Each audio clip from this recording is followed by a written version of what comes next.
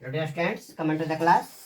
आइए हम लोग क्लास 12th की ऑर्गेनिक केमिस्ट्री चैप्टर देख रहे थे एल्डिहाइड और कीटोन। इससे पिछले वीडियो लिंक में हमने एल्डिहाइड और कीटोन के स्ट्रक्चर और उसकी जनरल और आईपीएसी नेमिंग सिस्टम के बारे में देखा था। आज के वीडियो लिंक में हम लोग देखेंगे कीटोन और एल्डिहाइड बनाने की सामान्य विधियां। एल्डिहाइड एवं कीटोनों के बनाने की सामान्य विधियां। General methods for preparation of aldehyde and ketone. General methods for preparation of aldehyde and ketones. पहला आपको एल्कोहलों के ऑक्सीकरण के द्वारा, पहली जो प्रोसीजर है एल्कोहलों के ऑक्सीकरण के द्वारा, और ऑक्सीकरण की प्रक्रिया ऑक्सीकारक के द्वारा होती है। ठीक है, सबसे पहले आप ये जानेंगे,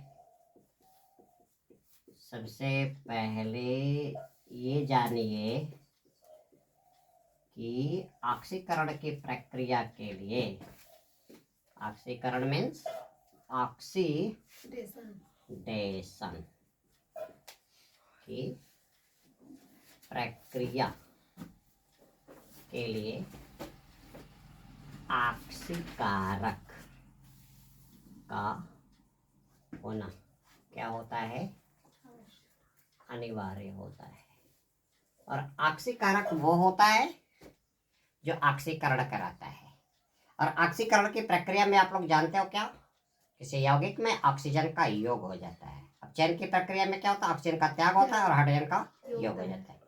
ठीक है, दूसरी बात क्या, इलेक्ट्रॉन संरचना के आधार पर देखें तो ऑक्सीकरण की प्रक्रिया वो होती है जिसमें इलेक्ट्रॉनों का त्याग होता है, और इलेक्ट्रॉनों के त्याग होने के कारण जिसका ऑक्सीकरण होगा उसकी ऑक्सीडेशन नंबर, ऑक्सीकरण संख्या क्या कर जाती है?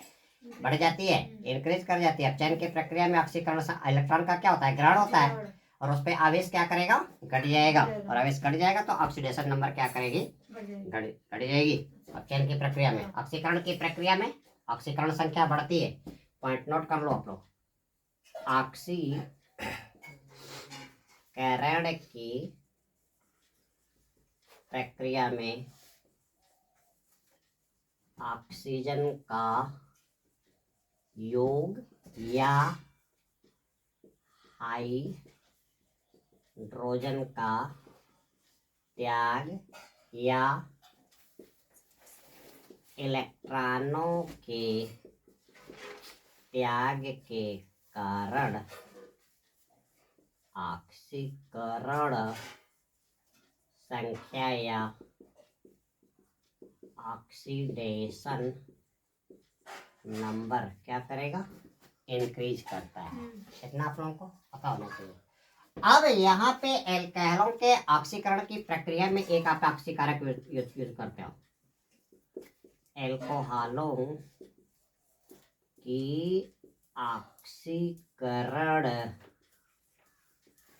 प्रक्रिया में ऑक्सीकारक के रूप में, ऑक्सीकारक यानी ऑक्सीडाइजिंग एजेंट के रूप में आप क्या लेते हो? अम्लीय सोडियम डाइक्रोमेट, अम्लीय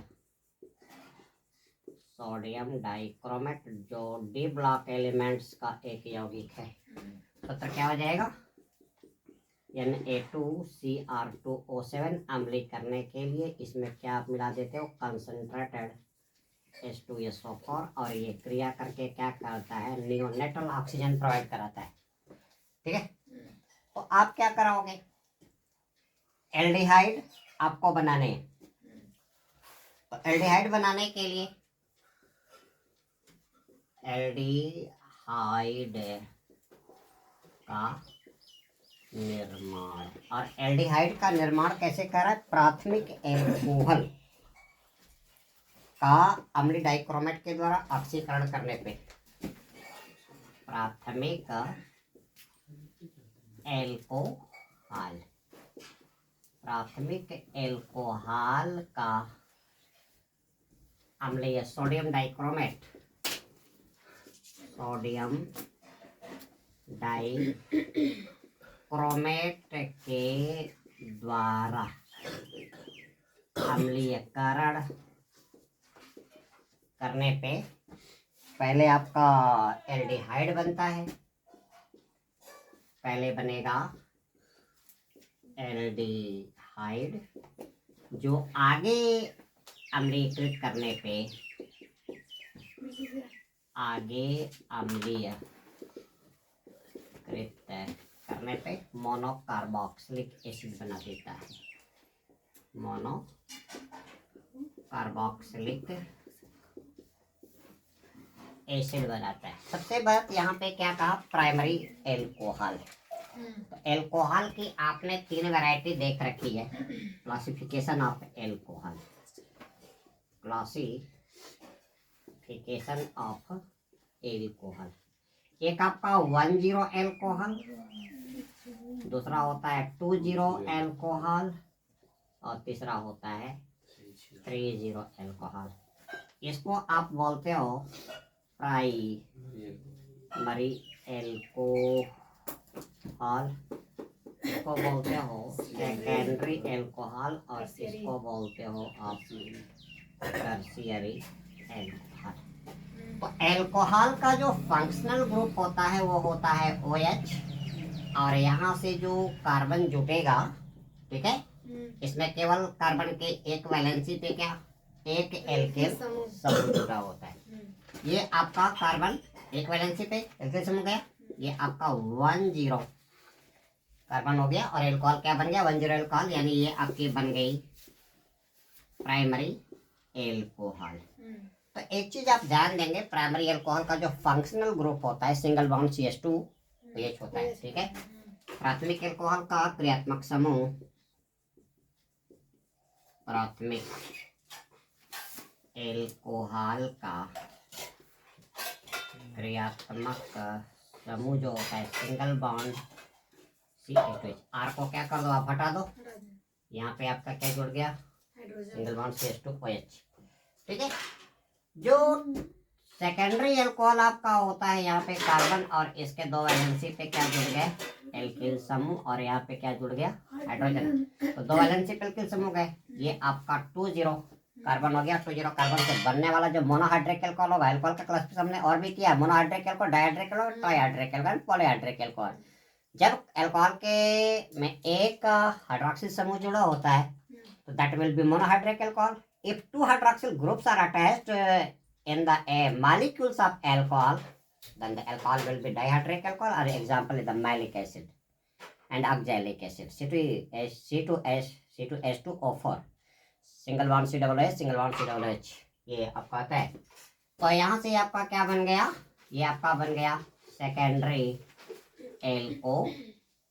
एल्कोहल बन गया, ठीक है।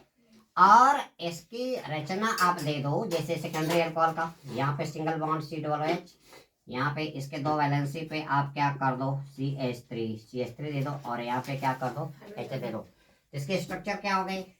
CH3 का ट्वाइस CHOH हो गया, ठीक है। नाम क्या हो जाएगा? 2 1 3 आइसो लग गया, और इसका जनरल नाम आ जाएगा आइसोप्रोपिल एल्कोहल हो गया, ठीक है। यहाँ पे सेकेंडरी अल्कोहल में क्रियात्मक समूह क्या लगा हुआ? एल्किल रेडिकल को क्या कर दो? छोड़ दो,